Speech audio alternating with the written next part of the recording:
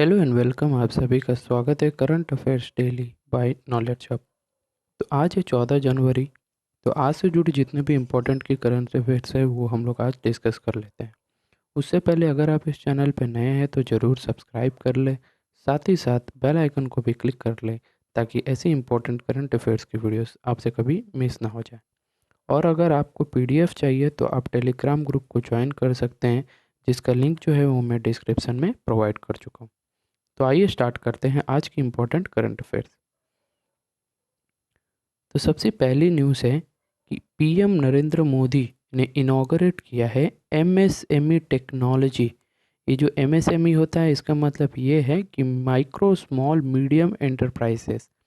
ये जो technology centre है और एक पेरुन तलाइवर पेरुन पेरू तलाइवर कमराजर, ये एक मंडपम है, सॉरी मणि मंडपम है। ये पुडुचेरी में ये दो चीज़ों को इनॉग्रेट किया गया है। पहली चीज़ क्या है, एमएसएमई टेक्नोलॉजी सेंटर, और दूसरी है पेरुंतलाई कामराजर मणि मंडपम।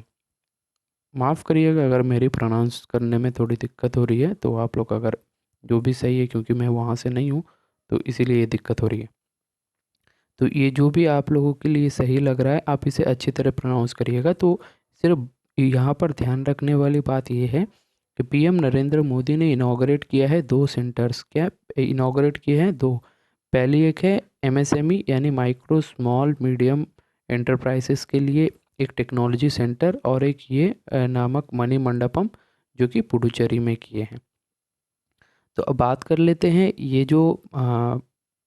ये सेंटर के बारे में। तो ये जो टेक्नोलॉजी सेंटर बन रही है तो इसकी कॉस्ट कहा जा रहा है कि 122 करोड़ तक की इसकी कॉस्ट आ सकती है, जिसमें क्या होगा, मैक्सिमम टाइम ये लोग फोकस करेंगे कि इलेक्ट्रॉनिक सिस्टम डिज़ाइनिंग और मैन्युफैक्चरिंग इस चीज़ को बढ़ोतरी करे। और ये लोग ये कह रहे हैं कि इस हिसाब से क्या होगा, ऑलमोस्ट 6400 ट्रेनीज पर ईयर ये लोग मतलब कंट्रीब्यूट कर सकते हैं कहकर, यानी समझ गए आप। तो अब एक और है जिसके बारे में मणि मंडपम, इसके बारे में हम लोगों ने जो बात किया है उसकी कॉस्ट का कहा जा रहा है कि कंस्ट्रक्ट करने में 23.15 करोड़ तक की इसकी कॉस्ट आ सकती है, और इसे हिटको हटको के द्वारा यानी housing and urban development corporation, इसके द्वारा ये चीज़ को फंड किया जा रहा है। तो ये एक ऑडिटोरियम टाइप होगी, ओपन एयर ऑडिटोरियम। ये जो मंडपम हम लोग बात कर रहे हैं ना, मनी मंडपम, इसके बारे में मैं बोल रहा हूँ। ये एक ओपन एयर ऑडिटोरियम होगी जो कि मैक्सिमम एजुकेशनल पर्पस के लिए ये यूज़ होगा। ठीक है। ये सारी चीज़ें कब हुई? ये 25 जो नेशनल यूथ फेस्टिवल हुआ था ना, 12 एंड 13 जनवरी को, ये इस दिन ये सारी चीज़ें इनॉग्रेट की गई। ठीक है। आगे बढ़ते हैं अगले न्यूज़ के ऊपर, जो कि है डॉक्टर राजेंद्र सिंह ने लॉन्च किया है एआई यानी artificial intelligence driven startup for water purification, और एक एमओयू साइन किया गया है इसके बीच टीडीपी यानी टेक्नोलॉजी डेवलपमेंट बोर्ड और स्वजल वाटर प्राइवेट लिमिटेड। तो इसमें आपको क्या समझ आया कि ये जो दोनों के दोनों जो प्रोग्राम है ये वाटर रिलेटेड है। पहली क्या है, artificial intelligence driven startup for water purification. जो भी वाटर हम लोग पीते हैं, क्योंकि हमारे लिए कहा जाता है कि शरीर में 70% वाटर होती है, और पूरे अर्थ में सिर्फ 1% ऐसी वाटर है जो कि पीने लायक है। तो जो बची वाटर है उसे हम लोग प्यूरिफाई करने के लिए अभी क्या किया जा रहा है, आर्टिफिशियल इंटेलिजेंस इस चीज़ की मदद ली जा रही है ताकि वाटर प्यूरिफिकेशन किए जाए। और एक एमओयू साइन किया गया है टीडीपी यानी जो मैंने बताया टेक्नोलॉजी डेवलपमेंट बोर्ड और स्वजाज वाटर प्राइवेट लिमिटेड, इसके साथ। तो ये चीज़ आपको ध्यान रखनी है। अब बात कर लेते हैं ये जो स्वजाज वाटर प्राइवेट लिमिटेड है इसके बारे में। तो इसके जो सीईओ और को फाउंडर है वो है विभा त्रिपाठी, और इसकी हेडक्वार्टर से गुरुग्राम हरियाणा में। इतनी चीज़ें आपको याद रखनी है। कहा यह जा रहा है कि ये जो प्यूरीफायर वाटर होगी इसकी कॉस्ट हम ये लोग कट करके 25 पैसे पर लीटर तक ये लाने की कॉस्ट मतलब कहा जा रहा है। ठीक है, इसमें क्या होगा, सोलर एनर्जी, ऐसे बहुत सारी चीज़ों को ये लोग हेल्प में लेंगे ताकि ये चीज़ें बन जाए। तो बढ़ते हैं अगले न्यूज़ के ऊपर, जो कि है इंडियन रेलवेज ने नाम बदल दिया है। कौन से रेलवे स्टेशन का? केवादिया जो स्टेशन है उसका नाम अभी बदल कर रख दिया गया है एकता नगर रेलवे स्टेशन। ठीक है, ये जो केवाडिया स्टेशन है ये कहाँ का है? ये गुजरात की जो नर्मदा डिस्ट्रिक्ट है वहाँ पर वडोदरा जो डिवीज़न है ना, वहाँ की एक रेलवे स्टेशन है केवाडिया, जिसका अभी नाम बदल कर क्या हो गया, एकता नगर रेलवे स्टेशन। तो ये चीज़ आपको ध्यान रखना है। केवड़िया आपको पता ही होगा, जहाँ पर स्टैचू ऑफ यूनिटी जो बनाया हुआ है, वर्ल्ड्स टॉलेस्ट जो स्टैचू ऑफ यूनिटी है, वो भी केवड़िया के मतलब केवड़िया जहाँ पर है वहीं पर ये भी बनाया गया है। अब बात कर लेते हैं, देखिए यहाँ पर एक चीज़ और इम्पोर्टेंट हो जाएगी, ये जो स्टैचू ऑफ यूनिटी बनी है ये कब इनॉग्रेट किया गया? 31 अक्टूबर 2018 में इस चीज़ को इनॉग्रेट किया गया है। और ये 143rd बर्थ एनिवर्सरी जब हुआ था ना सरदार वल्लभ भाई पटेल जी का, उस दिन ये चीज़ को इनॉग्रेट किया। अब बात कर लेते हैं ये जो रेलवे के नाम बदले हैं ना रेलवे स्टेशन के, तो अब बात कर लेते हैं मिनिस्ट्री ऑफ रेलवेज़ के बारे में। तो इसके जो यूनियन मिनिस्टर है प्रेजेंट टाइम में वो है अश्विनी वैष्णव जी। इतना चीज़ आपको इस यहाँ से याद रखना है। आगे बढ़ते हैं अगले न्यूज़ के ऊपर, जो इंडिया के जो पासपोर्ट रैंक है, जो हेनली पासपोर्ट इंडेक्स जो जारी करता है, Q1 2022 का अभी जो चल रहा है Q1 2022, इसमें इंडिया का जो रैंक है वो है 84। और हर बार की तरह इस बार भी जापान और सिंगापुर वो दोनों टॉप किए हैं।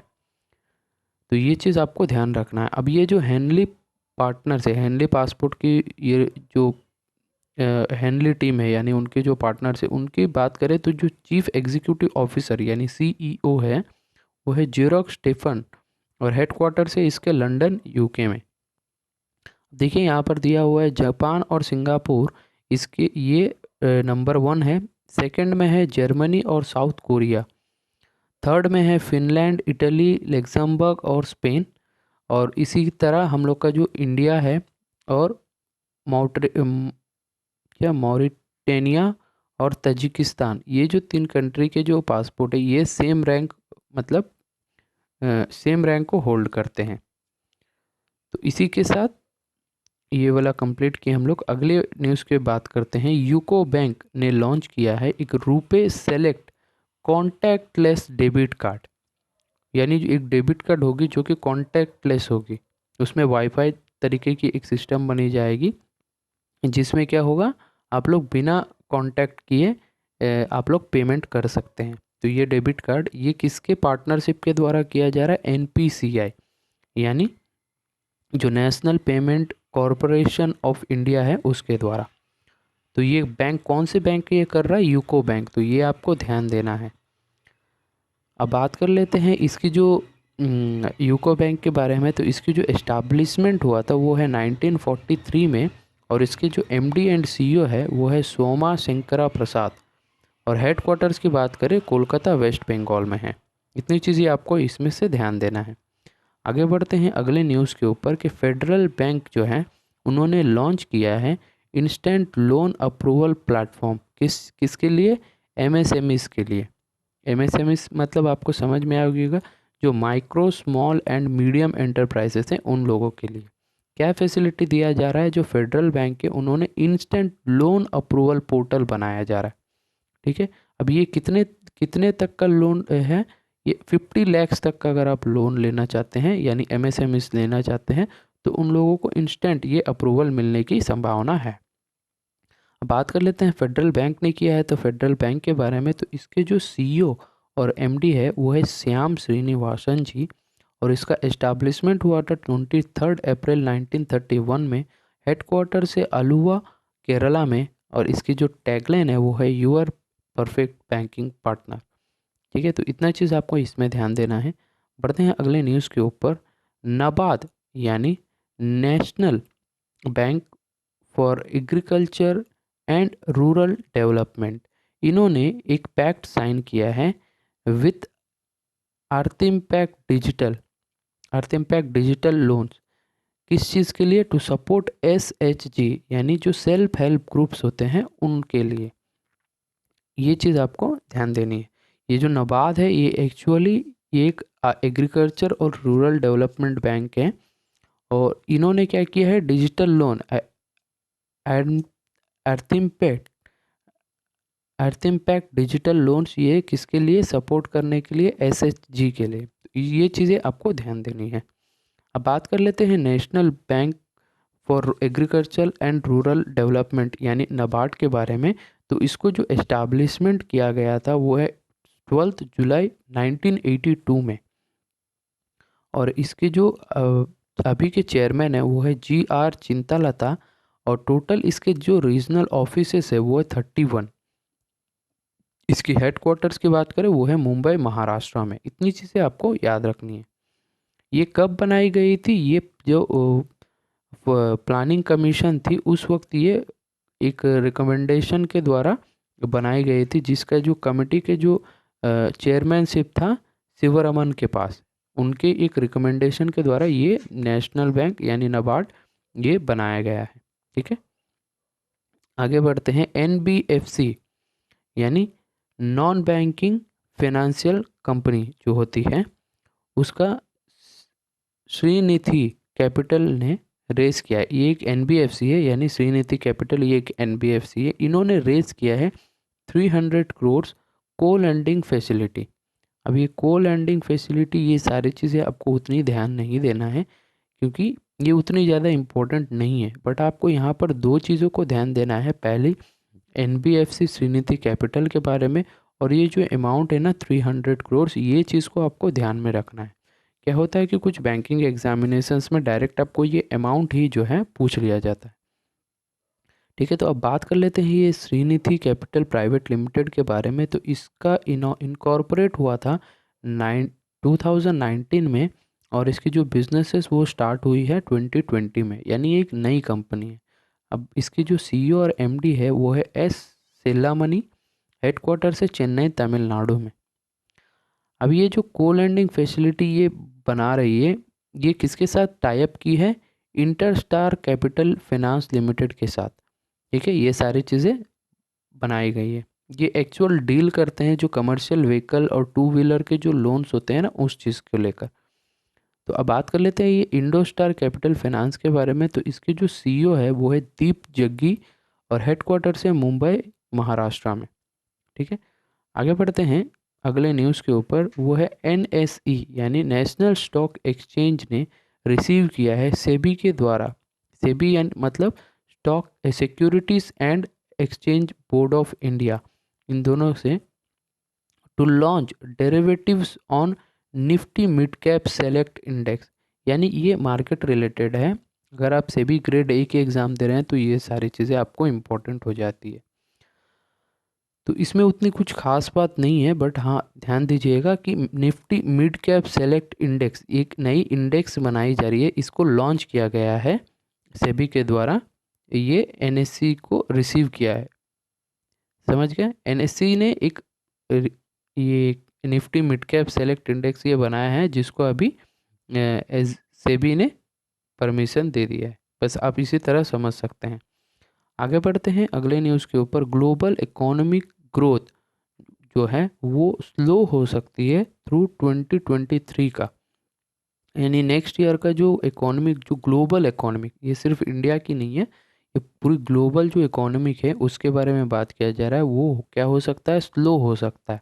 अब बात करें इंडिया की, तो इंडिया की जो 2021 में जो है वो 8.3% के साथ ग्रो हो सकती है, ये कहा गया है। कौन कहा गया? वर्ल्ड बैंक की रिपोर्ट। अब बात कर लेते हैं वर्ल्ड बैंक ने कहा है। तो वर्ल्ड बैंक के जो प्रेसिडेंट हैं वो है डेविड रॉबर्ट मालपास, और हेडक्वार्टर से इसके वॉशिंगटन DC में, और इसके जो मेंबर नेशंस है, यानी इसमें जो मेंबर नेशंस है वो है 189। इतनी चीज़ें आपको याद रखनी है। आगे बढ़ते हैं अगले न्यूज़ के ऊपर। जो HDFC बैंक है, इन्होंने एडजस्ट किया है बेस्ट, यानी इनको मिला है best private bank in India. और ये कहाँ दिया गया है? ग्लोबल प्राइवेट बैंकिंग अवार्ड जो है वो इनको दिया गया है। ठीक है, तो इसमें सिर्फ इतना ही आपको याद रखना है।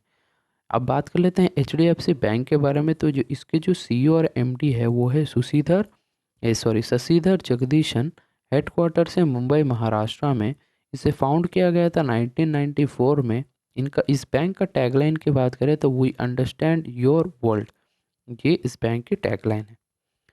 रिपीट करता हूँ, HDFC जो बैंक है ये, इस बैंक को बेस्ट प्राइवेट बैंक की अवार्ड मिला है ग्लोबल प्राइवेट बैंकिंग अवार्ड्स के मतलब उस इवेंट में। ठीक है, आगे बढ़ते हैं। चेन्नई इंटरनेशनल एयरपोर्ट जो है वो ग्लोबल लिस्ट में, यानी ऑन टाइम परफॉर्मेंस की जो रिपोर्ट बनती है उसमें 8th रैंक हासिल किया है। तो ये अच्छी बात है कि हमारे कंट्री का एक इंटरनेशनल एयरपोर्ट को ये रैंक मिली है। तो इसमें सिर्फ इतना ही जानना है। तो ये जो रिपोर्ट है ये कौन पब्लिश करता है? ये है किरुइम, CIRIUM, किरियम। ये अब मैं कैसे प्रोनाउंस करते हैं बट मैं ये बोल रहा हूँ किरियम।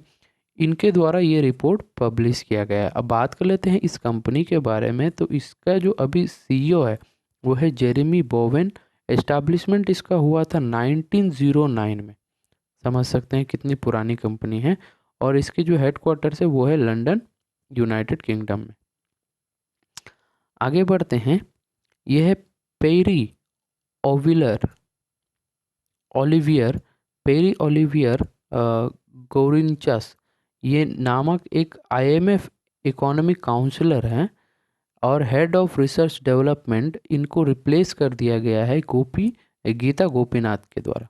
ठीक है, ये चीज़ आपको देखिए इतनी इम्पोर्टेंट नहीं है बट हाँ जानना ये है क्योंकि ये IMF इकोनॉमिक काउंसलर हैं और हेड ऑफ रिसर्च डिपार्टमेंट जो है, जो कि रिप्लेस कर दिया गया है किसके द्वारा? गीता गोपीनाथ के द्वारा। तो ये चीज़ उनका जो नाम है वो अभी चेंज हो गया है, तो इतना आपको याद रखना है। और अगली न्यूज़ है, गवर्नमेंट ऑफ इंडिया ने एक्सटेंड कर दिया है डॉक्टर नवरंग साइनी की जो टर्म है SIBBI की जो चेयरमैन के पद पे ये हैं वो 3 महीने तक अभी बढ़ा दिया गया है। अब ये IBBI क्या है? यह है insolvency and bankruptcy board of India. ठीक है, आगे बढ़ते हैं अगले न्यूज़ के ऊपर जो कि है DRDO की जो फ्लाइट टेस्ट है फाइनल डेरिवेबल कॉन्फ़िगरेशन ऑफ MPATGM, यानी man portable anti tank guided missile. देखिए ये मिसाइल के बारे में बात हो गई है तो आपको एक चीज़ मैं आपको बहुत बार बता चुका हूँ कि जो इतने भी मिसाइल्स वो टेस्ट फायर्स होते हैं वो मैक्सिमम कहाँ से होते हैं? जो चांदीपुर कोस्टल लाइन है उड़ीसा में वहाँ पर, और APJ अब्दुल कलाम द्वीप जो आइलैंड है वहाँ पर होती है। और ये वेस्टर्न साइड में बात करें जो राजस्थान की जो पोखरान जगह है वहाँ पर होती है। ठीक है, इतनी चीज़ आपको याद रखना है। अब बात कर लेते हैं इसके बारे में। तो ये जो man portable anti tank guided missile है इसका जो फाइनल टेस्ट हुआ है वो DRDO के द्वारा कंप्लीट हो चुका है। ठीक है, अब बढ़ते हैं अगले न्यूज़ के ऊपर। एक है ओलंपिक मेडल विनिंग एथलीट है डियोन लेंडोरे। ये जो आप देख रहे हैं पिक्चर में, इनका निधन हो गया है। ठीक है, ये एक्चुअल में पार्टिसिपेट करते थे 400 मीटर की जो रेस होती है उसमें 2020 में ये पार्टिसिपेट किए हैं। इनका निधन हो गया at the age of 29 years, यानी इतने यंग एज में इनका निधन हो गया क्योंकि एक कार एक्सीडेंट में इनका मृत्यु हो गया। ठीक है, अब बढ़ते हैं अगले न्यूज़ के ऊपर। जो ऑस्कर एमी ग्रैमी ये सारे अवार्ड्स जीती हैं ये मैडम, जिनका नाम है मैरिलिन बैगमैन। ये एक लिरिसिस्ट है, इनका भी निधन हो चुका है। ठीक है, अब इनके बारे में क्यों? क्योंकि देखिए कितने इम्पोर्टेंट अवार्ड्स इनको मिला है, इसीलिए ये मैडम इम्पोर्टेंट हो जाती है। मैरिलिन बेर्गम बेर्गमैन, ये नाम आपको याद रखना है। आगे बढ़ते हैं। हैर्पर कॉलिन नामक ये इंसान है, इन्होंने पब्लिश किया है, ये कंपनी है, इन्होंने पब्लिश किया है Ratan N Tata the auto authorised biography नामक ये जो बुक है, इसे पब्लिश किया गया है बाय डॉक्टर थॉमस मैथ्यू। ठीक है, इतनी चीज़ आपको याद रखना है। अब रतन एन टाटा के इनके बारे में मैं आपको क्या बताऊं। ठीक है, तो इनके बारे में जितना भी बताया वो कम है, तो इसीलिए आप लोग गूगल वगैरह कर सकते हैं, क्योंकि इस वीडियो में मैं इनके बारे में उतनी चीज़ें नहीं बता पाऊँगा, इसके लिए अलग एक वीडियो बनाना पड़ेगा। ठीक है, बस इतना आप जान लीजिएगा, जो टाटा सन्स हैं उसके फॉर्मर चेयरमैन थे। ठीक है, जो कंपनी है उसके। आगे बढ़ते हैं अगले न्यूज़ के ऊपर। नेशनल यूथ डे, ये जनवरी 12 को हर साल ऑब्जर्व किया जाता है। ये राष्ट्रीय युवा दिवस, जो कि स्वामी विवेकानंदा उनके बर्थडे के दिन ही ये ऑब्जर्व किया जाता है। ठीक है, और इस बार की बात करें, ये 25th जो नेशनल यूथ फेस्टिवल है जो पुडुचेरी में हो रहा है, जो कि मैंने पहले इसी वीडियो के पहले में मैंने बताया ये सारी चीज़ें, तो ये आपको ध्यान देना है। इसी के साथ हम लोग आज का ये जो वीडियो है उसे कंप्लीट करते हैं। अगर आप ये वीडियो आपको अच्छी लगी है तो लाइक करें और शेयर करें जो भी ज़रूरतमंद बच्चे होते हैं उनको। और अगर आप इस चैनल पर नए हैं तो ज़रूर आप इस चैनल को सब्सक्राइब करके बेल आइकन को क्लिक कर लें। और अगर आपको इस लेक्चर की पीडीएफ चाहिए तो आप टेलीग्राम ग्रुप को ज्वाइन कर सकते हैं, जिसका लिंक जो है वो मैं डिस्क्रिप्शन में प्रोवाइड कर चुका हूँ। मिलते हैं अगली वीडियो में, तब तक के लिए जय हिंद।